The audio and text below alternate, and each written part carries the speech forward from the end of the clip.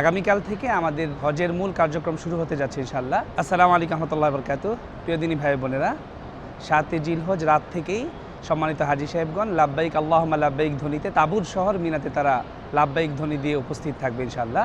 আমি সংক্ষেপে আপনাদেরকে হজটা বলে দিতে চাই, যেন এই ছোট্ট একটা ভিডিও আপনাদের সামনে থাকলে আপনারা হজটাকে মুখস্থ রাখতে পারেন। হজ যে বিধানগুলো আছে এর মধ্যে 3টা ফরজ এবং 6টা হচ্ছে ওয়াজিব। আমরা যদি সংক্ষেপে এইভাবে বলি, 5 দিনে 5 জায়গায় 9 কাজ করা হচ্ছে হজ। আবার বলছি, 5 জায়গায় 5 দিনে 9 কাজ করা হচ্ছে হজ। 5 দিন কি? জিলহজের 8, 9, 10, 11 ও 12 তারিখ।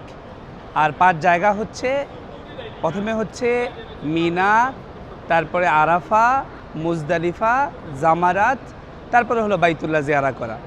আর যে কাজগুলো আছে 9টা কাজের মধ্যে 3টা কাজ হচ্ছে ফরজ। প্রথম হচ্ছে ইহরাম বাঁধা। আর ইহরামের ক্ষেত্রে আমরা জানি যে নিয়ত এবং তালবিয়ার সমন্বয়ে ইহরাম পড়তে হয়।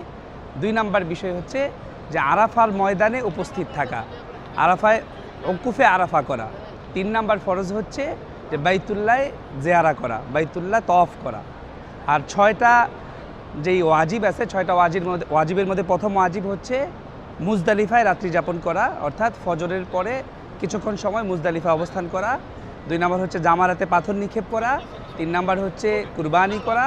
4 নাম্বার হচ্ছে মাথা হলক করা। 5 নাম্বার হচ্ছে সাফা এবং মারওয়া সাই করা।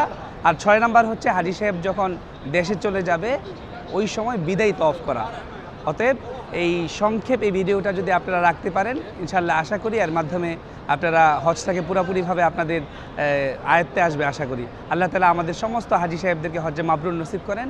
আল্লাহ আমাদের সবাইকে কবুলে মঞ্জুর করেন। জাযাকুমুল্লাহ খায়ের।